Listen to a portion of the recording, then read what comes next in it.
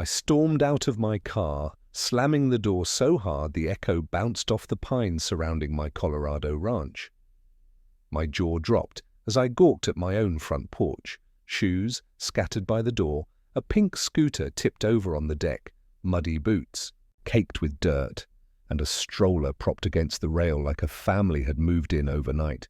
I just hauled myself 14 hours from Arizona, cutting my trip short, only to find my front door gaping wide, the savory aroma of roast chicken wafting out like a twisted invitation. A dog barked inside, not my dog. Laughter rang out, dishes clinked together, and my heart pounded in my chest. I inched closer, sneaking a peek through the window, and there she was. Karen, HOA Karen, bold as brass, lounging at my dining table, draped in my favorite flannel shirt like she owned the place. Her husband, Tom, shuffled barefoot in my kitchen, sipping from the green Walmart mug I'd picked out myself. 2 kids raced across my hardwood floors in socks, their giggles piercing the air. My hands shook, confusion, fury, all of it boiling up. I grabbed the doorknob, shoved the door hard, and it slammed against the wall with a bang. Karen's head snapped toward me, her eyes popping wide like a startled deer. "Oh my God!" she gasped, leaping up. "What are you doing here?" "What am I doing here?" I roared, my voice shaking with disbelief.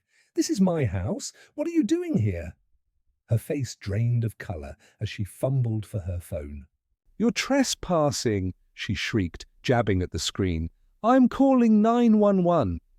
And she did, called the cops on me, the rightful owner of my 40-acre ranch. How did we get here, with Karen dialing the police on me, Jacob Walker, a 45-year-old, widower and former Army medic, standing on my own land?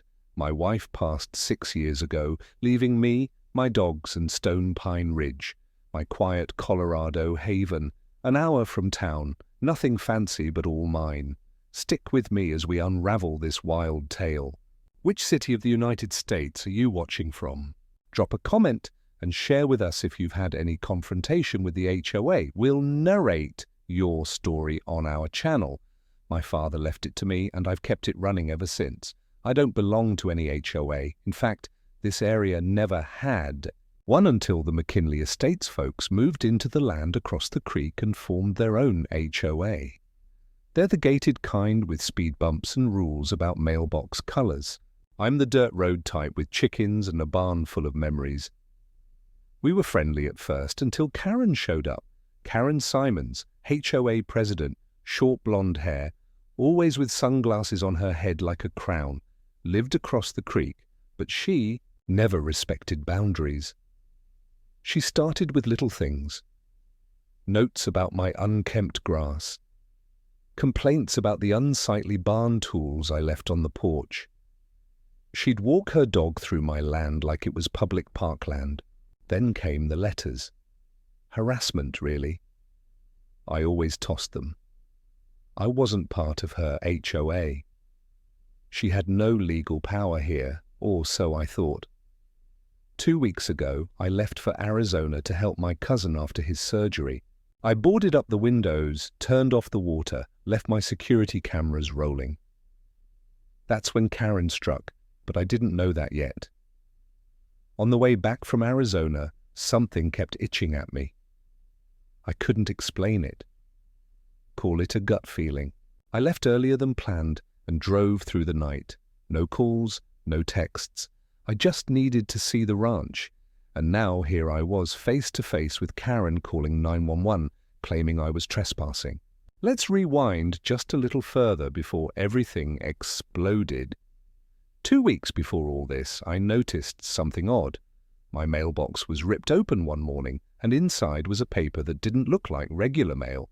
It was a notice from McKinley, HOA enforcement, demanding I comply with their community standards and vacate the property for rezoning. I laughed at first. It had to be a mistake. My land was older than that entire HOA. My property line was clearly marked. I tossed the letter in the burn barrel and thought nothing of it. Next day, Karen came over in person. I'm just here as a courtesy, she said with a forced smile. The HOA will be making some updates to the land around here. It's best you leave early. You'll get an offer soon. I stared at her. You can't be serious. Oh, I'm very serious, she said, adjusting her sunglasses. You don't own my land. Well, the HOA believes there's a legal pathway, she said sweetly. We'd hate for this to become difficult. It sounded like a threat. I told her to leave. She did, but not before taking pictures of my front yard like she was collecting evidence. A few days later, I left for Arizona. I installed a new deadbolt, set up camera motion alerts, and told my friend Daryl down the road to check in once a week. Turns out Daryl got called away to Montana after a family emergency, and that's the gap Karen took full advantage of. So, when I stepped into my ranch that day and saw her family inside, I was more confused than furious. Who does that? Apparently Karen. But let's go back to that front porch. Karen was still on the phone with 911 pacing back and forth. Yes, there's a dangerous man here claiming he owns the place. He's screaming at my children. I wasn't. I hadn't even raised my voice since the first minute. Her husband, Tom, now stood in front of the kids like I was going to lunge at them. I kept my cool. You broke into my home, I said firmly. This is my land. My name is on the deed. You are trespassing. You are stealing. Karen spun around, eyes blazing. You were gone. The HOA considered the land abandoned and transferred management to us. I almost laughed. You can't just decide that. The community board passed a motion. It's not your land, I snapped. Officers are on their way. She hissed. You'll be removed. Then she turned around and told her husband, pack up the photos and jewelry. Take them to the truck just in case. Jewelry? Photos? Had she moved in completely? My stomach twisted as I realized she hadn't just been staying here. She'd settled in. Everything looked rearranged. My recliner was gone. A pink couch stood in its place. My father's picture was no longer on the mantel. There were family photos of Karen's kids smiling in front of my barn. They had replaced me in my own house. The sound of sirens in the distance made Karen smile. Looks like help is coming, she said smugly. I stepped outside, not because I was scared, but because I wanted the officers to see me calm, collected, reasonable. But I had no idea what Karen had told them on the phone and whether they'd even believe me, and just as I took one more step down the porch, the patrol car rolled into the driveway. 2 cops stepped out with hands on their belts. One of them shouted, "Sir, step away from the property." And that's when I realized they might believe her. "Sir, step away from the property," the taller officer shouted again, hand hovering dangerously close to his holster. I raised both hands, slowly, and took a careful step back from the porch, trying not to let the heat of the moment take over my voice. "This is my house," I said calmly. "My name is Jacob Walker. I live here." They're the ones who broke in. Karen came bounding down the steps like a stage actress in a courtroom drama, tears already welling up in her eyes. "Officers, thank God."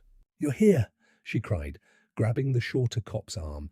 "This man forced his way onto our property. He scared my children. My children." I blinked hard. Her property. "Ma'am," the shorter officer said gently, "we're going to sort this out. Please. Take your children inside. We'll speak to the gentleman here." Karen looked over her shoulder at me, lips curled in a smirk, before she turned around and marched back up the steps like she owned the whole place.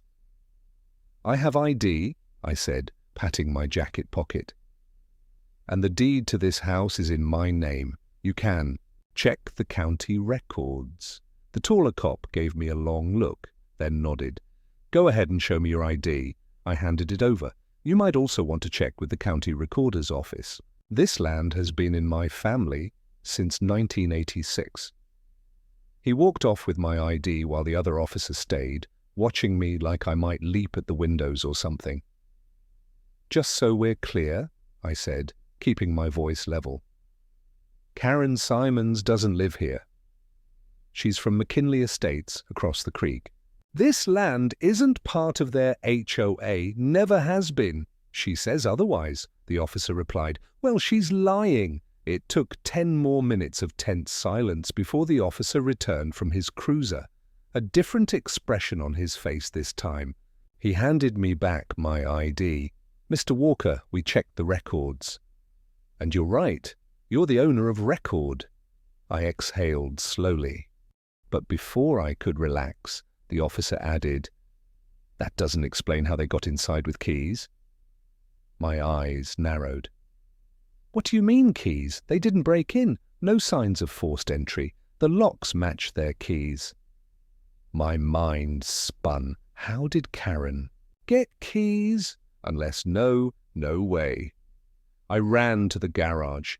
The side lock had been changed. My spare lockbox was gone. I bolted around the back and checked the cellar door. Also changed. She had replaced my locks. "Unbelievable," I muttered. By the time I made it back to the officers, Karen was standing by the doorway again, holding a folder. She handed it to the shorter cop. "These are our temporary occupancy papers from the McKinley HOA board," she said proudly. "We filed them last week under emergency relocation guidelines." "There is no legal standing," I said. "HOA paperwork doesn't override property deeds. Not here. Not anywhere in Colorado." The officers flipped through the papers. "We'll need to get county legal involved," one muttered. "This looks unofficial." "It is unofficial," I said. "She squatted in my home while I was out of town, changed my locks, replaced my things." Karen turned defensive. "You were gone for over a week. No lights, no activity." The property looked abandoned. The HOA had the right to intervene. "You're not a government agency," I snapped. "You can't just claim property. People abandon homes all the time. I didn't abandon anything." The officers stepped between us. "All right, let's all calm down." The taller one said, "Mr. Walker, do you have proof of recent residence utility bills?" Camera footage. I pulled out my phone. I'd turned off the Wi-Fi when I left, but the motion alerts before that would be time-stamped. I opened the app and began scrolling. Then I stopped. The camera feed was blank, deleted. All logs were wiped. My hands shook as I held the phone. Karen had disabled or destroyed the system. That's when I knew this wasn't just an accident or some misunderstanding. This was premeditated. She wanted this land. She planned it. I faced the officers again. "I don't have camera footage anymore," I said slowly, "but I can get Daryl on the phone. He checks in on the place. He'll back me up." "You can go ahead and call him," the officer said. I dialed voicemail. Daryl was still out of state. My backup was gone. And Karen, she looked like she'd won. Tom came outside with the kids, boxes in hand. "Let's just get what we can," he mumbled. To her.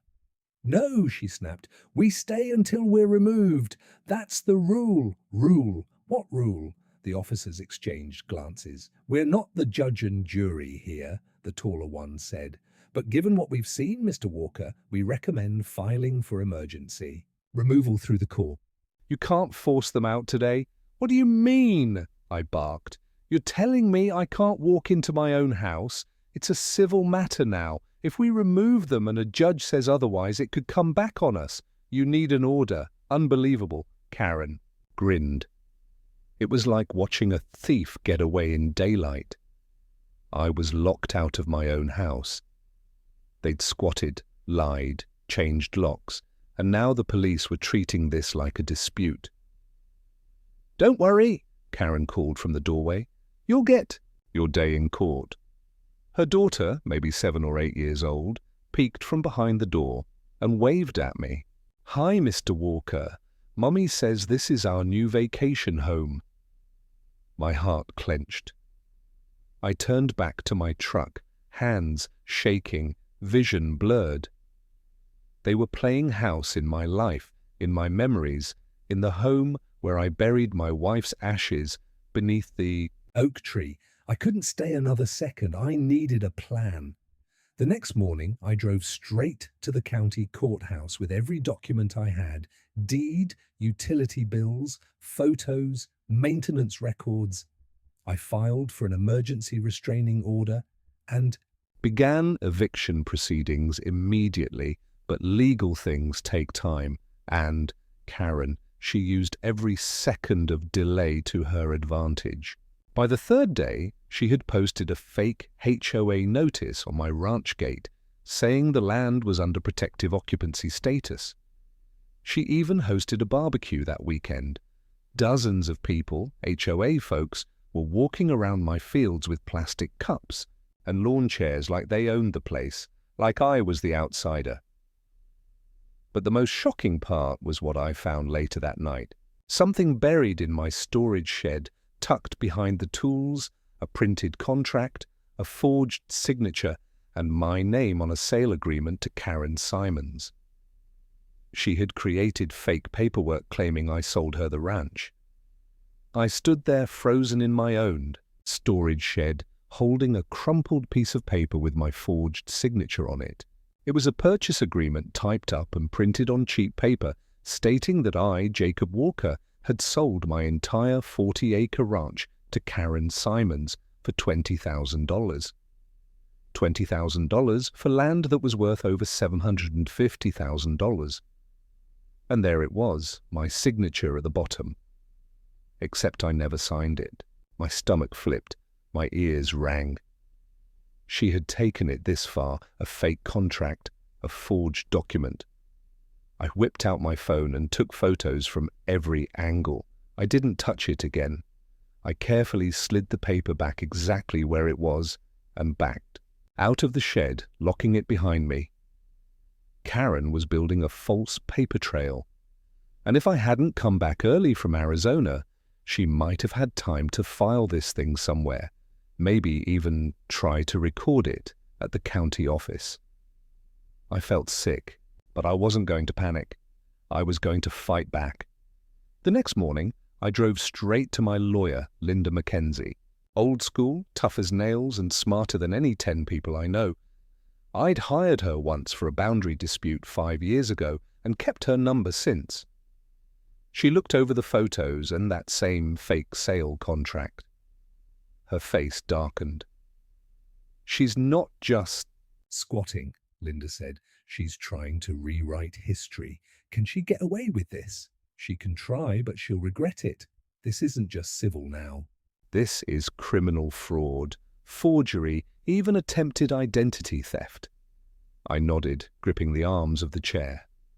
Good, because I want her out. We'll get her out, she said, already typing, and she's going to wish she never laid eyes on your property. By that afternoon, Linda had filed a motion for emergency injunctive relief. She also filed a complaint with the sheriff's department for forgery and breaking and entering. She advised me to stay off the property for now. Let the legal process play out, but that didn't mean I was going to sit still. That night, I parked across the dirt road and watched the house from a distance. Lights were on in every room. Laughter echoed from the porch. Karen and her family were having a bonfire in my backyard. I saw my late wife's wooden rocking chair beside the flames. Karen was sitting in it. That chair had sat untouched for 6 years. Something snapped in me. I started the truck, wheels spinning in the dirt, but I forced myself to drive away. This had to be done right. The next day, things got worse. I stopped by the feed store in town to get some supplies and ran into Dave, the owner. "Hey, Jake," he said slowly, "heard you sold the ranch." I froze. "What?" "Yeah, Karen Simons was in here yesterday. Bought 4 bags of chicken feed. Told me she and her husband finally closed on the place. Said you signed it over?" I stared at him. She's lying. Dave! His eyebrows shot up. She said she had the deed. She forged it. I've already filed charges. Dave scratched his head. Man, she's got nerve. You need anything, you let me know. You want me to call the sheriff? I've already got my lawyer on it. Word was spreading. Karen was poisoning the whole town with her lies, but not everyone believed her. My neighbor from down the ridge, Miss Ellie, showed up at the courthouse later that day holding a thumb drive. I don't trust that woman, she said. So, I took some footage. What kind of footage? I asked. Security camera on my front gate caught her driving your tractor. She was moving things off your land into her property, trailer by trailer. Ellie handed me the drive. Just thought you should have it. Bless her. Linda lit up when I gave her the footage. This is huge, she said. Shows she's transferring property illegally. More evidence for the judge. Meanwhile, Karen wasn't slowing down. She called Channel 7 News. I watched in horror as a local reporter aired a segment titled Neighborhood Hero Rescues Abandoned Ranch, Faces Legal Dispute with Mysterious Owner. They showed shots of Karen hugging her kids in front of my barn. She was spinning the story. Like I had deserted the ranch, and she was the Good Samaritan, trying to give it life again. The worst part, the segment ended with her smiling and saying, "We just want what's best for the community. This place has so much potential." I threw the remote at the floor. By the end of that week, the judge granted a court hearing and issued a preliminary order. Karen was not allowed to sell, rent, or alter the property in any way. The sheriff's office now had an official report on file, but the eviction, that would take a few more days. Karen must have sensed something was up, because 2 nights later, she vanished. I drove by the ranch that morning and found the house completely empty. All the lights were off, no cars, no signs of kids or toys or shoes. I stepped out of my truck cautiously. I called Linda. She's gone. Linda paused, completely. Yep, be careful, don't go inside yet, but I did. I had to see the damage. I opened the front door and immediately gagged. Garbage everywhere, moldy dishes, food left on the counters, broken picture frames. She had stripped the house bare of my things. My tool shed was empty. My grandfather's shotgun was gone. My camera system had been smashed and dumped in the toilet. They took everything they could carry. I walked into my bedroom. That's when I saw the writing on the mirror, lipstick in big red letters. "You shouldn't have come back." I backed out of the room. This wasn't just about property anymore. Karen had declared war. I walked into my living room to call the sheriff when I heard tires on gravel. A car was coming up the road. I peeked out the curtain and my blood froze. It was Karen's SUV, and behind it, 2 more cars. She hadn't left. She had gone to get reinforcements. The doors swung open and people started stepping out. Karen, her husband, a guy in a suit, and 2 men wearing black jackets with HOA compliance. Officer printed on the back. I watched as Karen pulled something from her folder, a brand new set of papers, and marched toward my door. I didn't wait this time. I opened the door and stepped out before she could knock. Karen smirked and waved the papers in my face. "Jacob, I'm placing you under community compliance violation," she said. "We've reissued ownership under emergency HOA redevelopment codes. You're trespassing now." I stared at her. "You better call 911 again." "Oh, I plan to," she said, "because this time you're not walking away." Karen's words hit like a slap. "Because this time you're not walking away." She pulled out her phone and dialed 911 with a look of pure satisfaction. Behind her, the so-called HOA compliance officers stood, with their arms crossed, wearing smug expressions like they were waiting for me to start begging. I didn't flinch. I took out my own phone and pressed record. "Say that again," I said, pointing the camera at her. "You're calling 911 to report the owner of this ranch for trespassing." Karen blinked, then turned away. "I don't need to explain anything to you. The HOA has authority now." The guy in the suit, some shady lawyer she must have paid, stepped forward. "I'm advising my client not to say another word. Sir, you're on land that's currently under civil dispute. You've been warned." "That's funny," I replied, keeping my voice cool, "because I just got off the phone with my attorney too, and she's already filed criminal charges for fraud and forgery. That makes you and your client part of a criminal case. That caught him off guard." Karen's eyes darted to him. "He's bluffing." I held up my phone. "You want to test that theory? The sheriff's department will be here in less than 20 minutes. You might want to get your kids out of this mess while you can." Her jaw clenched. Her face turned a deep red, but she didn't back down. "I don't care what kind of act you're putting "On," she hissed. "This house is ours now. You were gone. You abandoned it. You don't belong here anymore." I stepped forward just enough for my voice to drop into a steady growl. "This land belonged to my father. I've lived here for over 20 years. I buried my wife under that oak tree out back. If you think I'm walking away because you and your fake HOA army faked some papers and had a barbecue on my lawn, you've got another thing coming."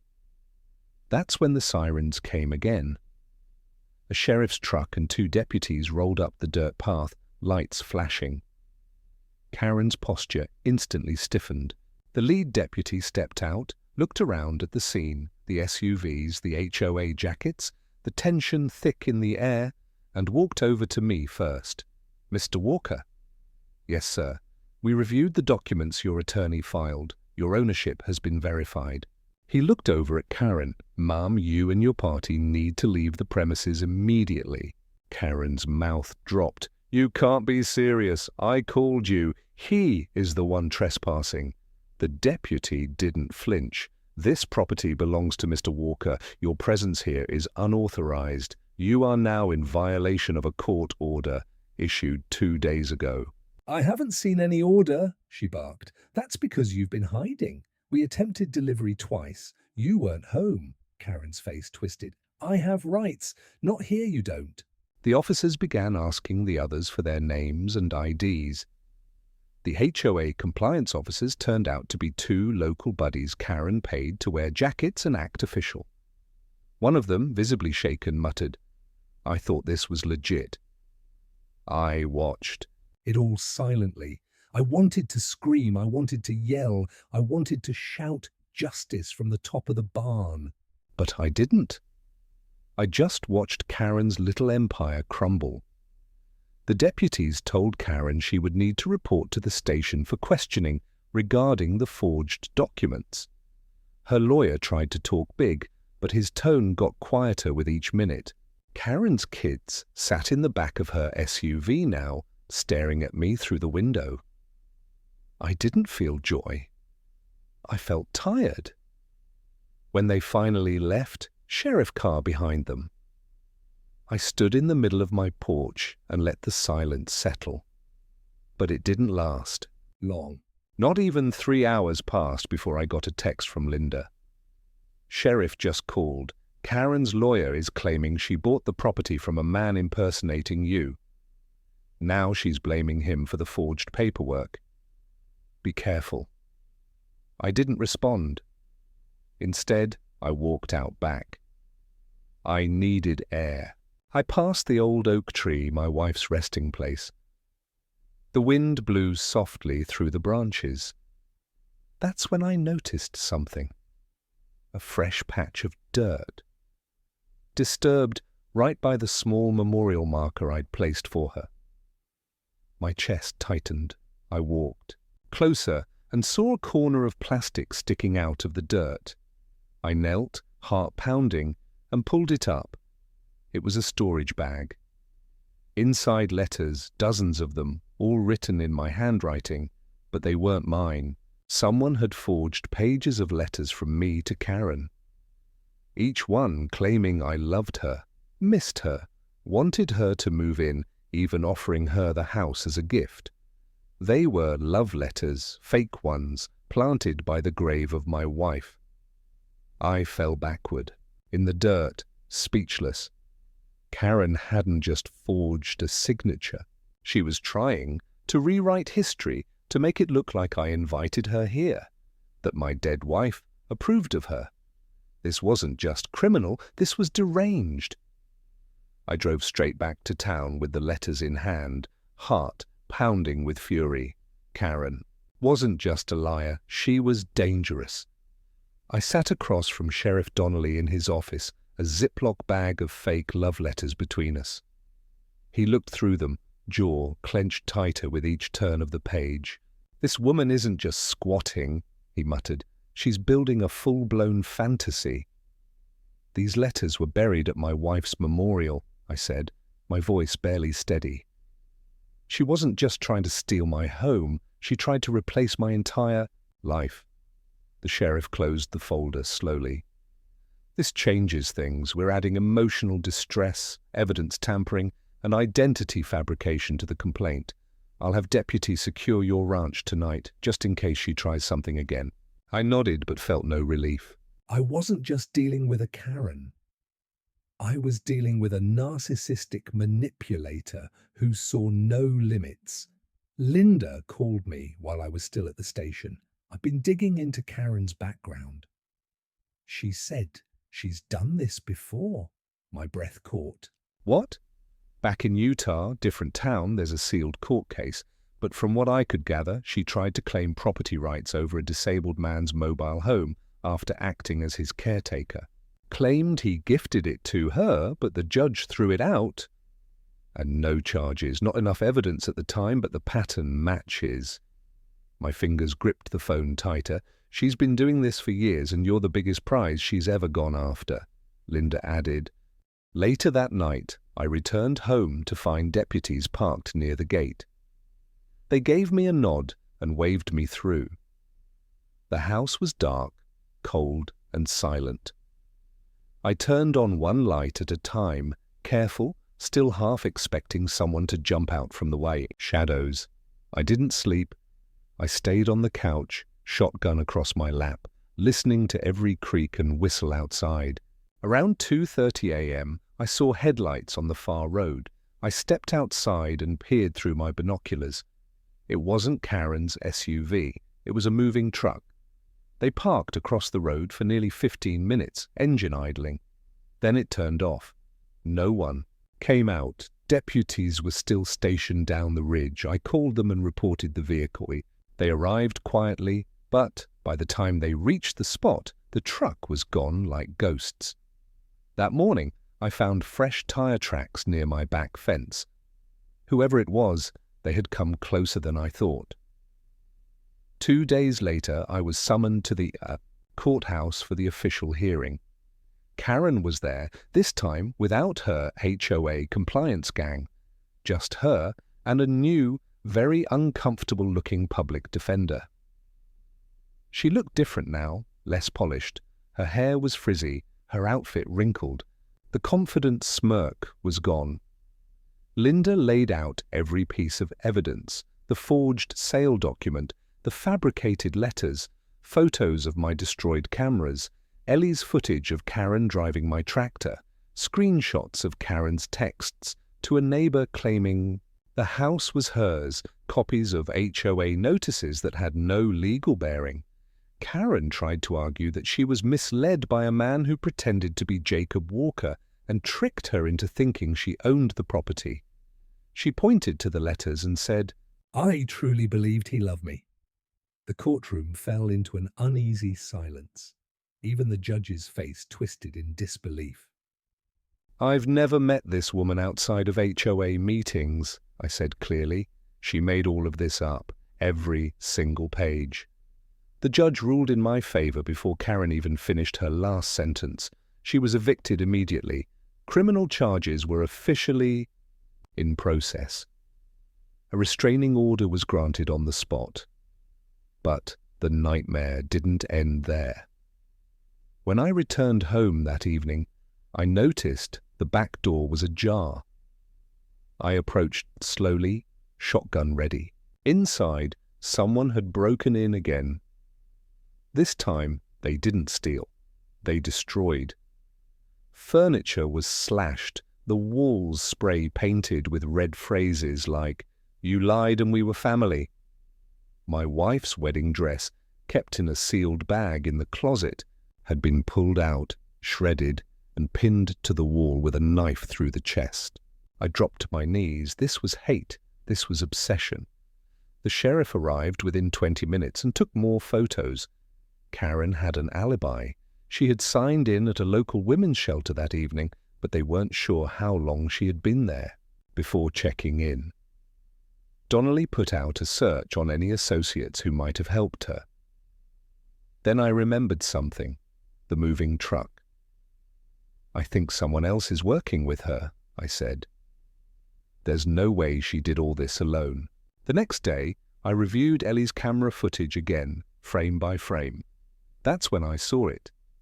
During the fake HOA barbecue, a man I hadn't recognized before. Bearded, sunglasses, carrying Karen's daughter, and laughing like family. He never spoke during the confrontation, but now, I remembered, he never gave his name to the sheriff, and he was the only one Karen never told to leave when things got bad. I sent the frame to Linda and the sheriff. They ran facial recognition. 2 days later, I got the call. The man was her brother, Dean, Simon's former real estate broker. Disbarred 5 years ago for forgery and fraud. He had been helping her all along. That night, I walked the property again with a flashlight. Just me and my boots in the mud. Out behind the barn near the tree line, I noticed something. a small clearing that hadn't been there before. Freshly disturbed soil. A wooden crate. I pried it open. Inside were my belongings, stolen tools, my original Wi-Fi router, my wife's keepsake locket, some of my dad's old metals, and a burner phone. The sheriff's team took it into evidence. What they found inside: voice recordings, dozens of them, Karen's voice, Dean's voice, recordings of them planning how to move in, what to say to the news, and how to make the old man look crazy if he comes back. I sat on the porch that night, staring out at the dark horizon. They wanted to erase me, but I had the truth, and now I had proof. The next morning, I walked into Sheriff Donny's office with a quiet kind of fury burning in my chest. He was already reviewing the burner phone recordings when I arrived. "I don't even know where to start," he said, sliding a file across the desk toward me. "We've got enough here to charge both Karen and her brother Dean with conspiracy to commit fraud, forgery, burglary, property theft, and more. Probably a dozen counts." I opened the file, typed transcripts of the recordings, filled each page. Dean's voice: "Just make it look like he invited you. Guys like that, lonely widowers, they can't prove otherwise. Karen: "We'll throw a community event. If the neighbors believe I'm the owner, the police will back off. All we need is time to flip the narrative. Dean, if he shows up early, you call 911. Make him the threat. They'll never question a crying mum. I gritted my teeth. I want her arrested." "She will be," Donnelly said. "We've issued a warrant for both Karen and Dean." Their last known location was that women's shelter and an Airbnb Dean had been renting under a fake name. They're on the run now. "Unbelievable," I muttered. "They didn't just want my house. They wanted to destroy everything tied to it." Sheriff Donnelly looked at me, something like sympathy in his eyes. That woman didn't just cross the line, she built a whole new one. By that evening, news broke. The local paper printed an exposé titled HOA. President and brother wanted an elaborate ranch scam. "Sheriff, we have the evidence. It spread fast. Karen's face was everywhere. Even Channel 7, the same news outlet that once praised her for saving the ranch, ran a correction and followed up with a headline that finally told the truth. Local man targeted in forgery scheme. HOA involvement now under investigation. I couldn't stop the comments, though. There were still people who believed her, who said maybe I had signed it over and regretted it. But most finally saw what I'd been saying all along. I spent the next week repairing what I could. I replaced the locks again, cleaned every wall, burned the spray-painted curtains, even restored the barn where Dean had apparently been squatting. But something still didn't feel right. It was like they left a shadow behind. Miss Ellie stopped by one morning with a basket of muffins and a hug. "I knew something was off about that woman," she said. "Always had that I'm better than you look in her eyes." "Yeah, well," I sighed. She almost pulled it off. Ellie looked me dead in the eye, but she didn't. That night, Linda called. They caught Dean. My heart thumped. Where? A highway checkpoint outside Nevada. Fake license plate. They matched his face to the footage you gave us. And Karen, she wasn't with him, but he talked a lot. I held my breath. Karen's been trying to flee the country. She booked a flight out of Denver under another fake name. DEA flagged the ID. There's now a federal warrant. I leaned back in my chair, hand to my forehead. She's really going down for this, isn't she? Linda's voice was calm but firm. Yes, and I'm going to make sure the court hears everything. Every letter, every audio recording, every lie. She paused, then added softly, "You did everything right, Jacob. You stayed calm. You gathered evidence. You trusted the process. I didn't feel like a hero. I just felt tired." That night, I finally went back to sleep in my own bed for the first time in weeks. The wind rattled the old windows gently. Crickets hummed outside. Somewhere out past the fence, coyotes howled like they always had. It was almost peaceful again until the phone rang. It was past 11 p.m.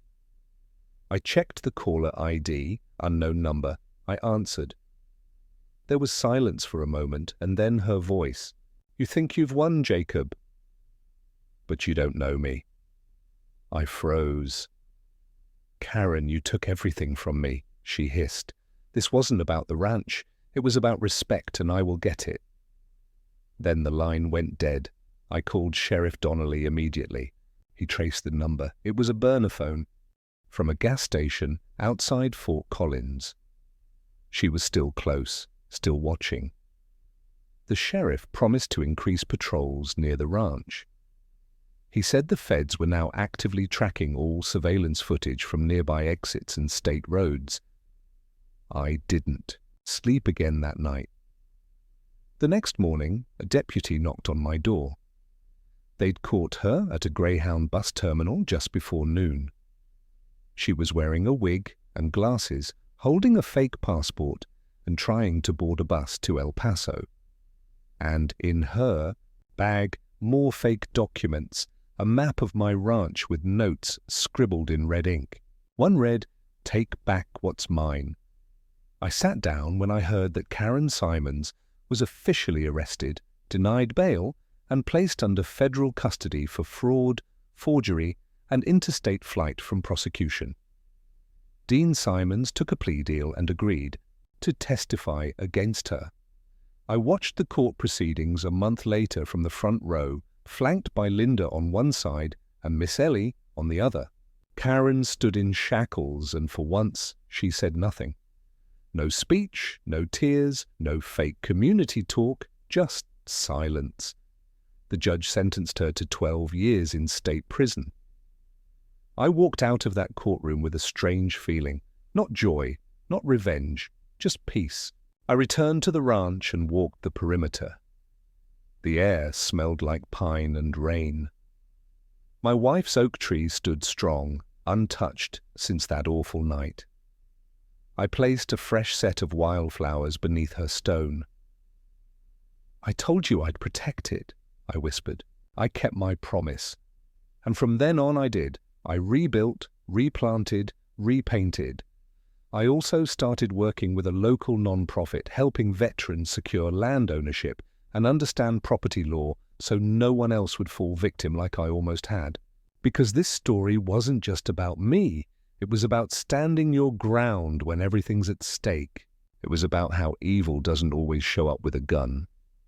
It shows up with a smile and paperwork. And it was about never giving up, no matter who tries to erase your name from your own life. Because in the end, the land knows the truth. And so, 6 months passed. The snow melted. Spring painted the hills again, and the ranch, my ranch, was alive. The porch had been rebuilt, stronger than before. The barn roof no longer leaked. The fences were straight. Even the small chicken coop was filled again, this time with squawking hens that greeted me like old friends every morning. But what mattered most was the peace. The kind of peace that only comes after the storm. Karen Simons was behind bars. Her brother Dean was serving time in another state, already stripped of what little dignity he had left. And the fake HOA, well, it practically collapsed overnight. After Karen's arrest, the McKinley Estate's board members scrambled to distance themselves. The HOA dissolved completely. 3 months later, when residents voted to disband it. Turns out, most of them were tired of Karen's schemes, but too afraid to speak up. Now, neighbors waved at me from across the creek. Some even came over to help rebuild. Miss Ellie brought by pies every Sunday like clockwork.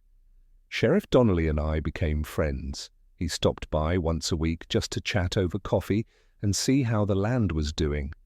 But even as life returned to normal, I never let my guard down completely. The damage Karen had done wasn't just physical. It left a scar, a deep one. I started therapy for the first time in my life. The counselor said I had situational trauma, that what happened wasn't just about losing a home, it was about having your identity questioned, erased, and rewritten. She was right. There were nights. I still jolted awake thinking I'd see Karen on the porch again, phone in hand, calling 911 like I was the criminal, but then I'd step outside, breathe in the clean air, hear the birds, and remember, I won. One quiet afternoon, I walked down the old oak tree again. The breeze moved through the leaves like whispers. I knelt and cleaned the plaque beside my wife's grave. I spoke to her like I always did. I kept it safe, Hannah. They tried, but they couldn't take it. You would have laughed at the way she called. "The cops on me. You'd be proud, though. I never gave up." Just as I stood up, I heard a truck approaching. It wasn't a sheriff's cruiser. I turned, cautious, but relaxed, when I saw it was Linda's car pulling up the driveway. She stepped out with her leather satchel and sunglasses, smiling. "Thought I'd come in person to deliver the final envelope," she said, waving a manila folder. "Final?" She nodded, handing it to me. "The judge closed the case yesterday." All property rights affirmed, all criminal charges complete, and the civil suit. She trailed off. I opened the folder. Inside was a check, a big one, over $280,000. Karen's assets, Linda said, liquidated by court order and awarded as damages. It's not everything she cost you, but it's justice. I swallowed hard. I didn't expect this. You deserve it. She looked around the ranch with a smile. You rebuilt it, Jacob, and now you can protect it with more than just memories. Later that evening, I sat on the porch with a cup of coffee, staring into the horizon. The land was quiet. The sun dipped behind the hills, casting long golden shadows over the grass. That's when I noticed something tucked beneath the doormat. I bent down and picked it up. It was a small envelope. No name, no address, just one word handwritten in black letters. Sorry. I opened it slowly. Inside was a folded piece of paper. No signature, just a short message. I lied, I hurt people, but I really believed you were the home I needed. I was wrong. I hope you find peace. I stared at the note for a long time. It was Karen's handwriting. Whether it was sincere or part of one last twisted play, I couldn't be sure. But I didn't burn it. I placed it in a box with the court records and recordings as a reminder that evil wears many faces, that boundaries matter, that peace is worth fighting for, and that no one calls 911 to steal your life and walks away untouched. I locked my front door that night with a deep breath, dogs curled at my feet, the fireplace crackling in the background, my ranch, my life, my legacy still standing, still mine forever.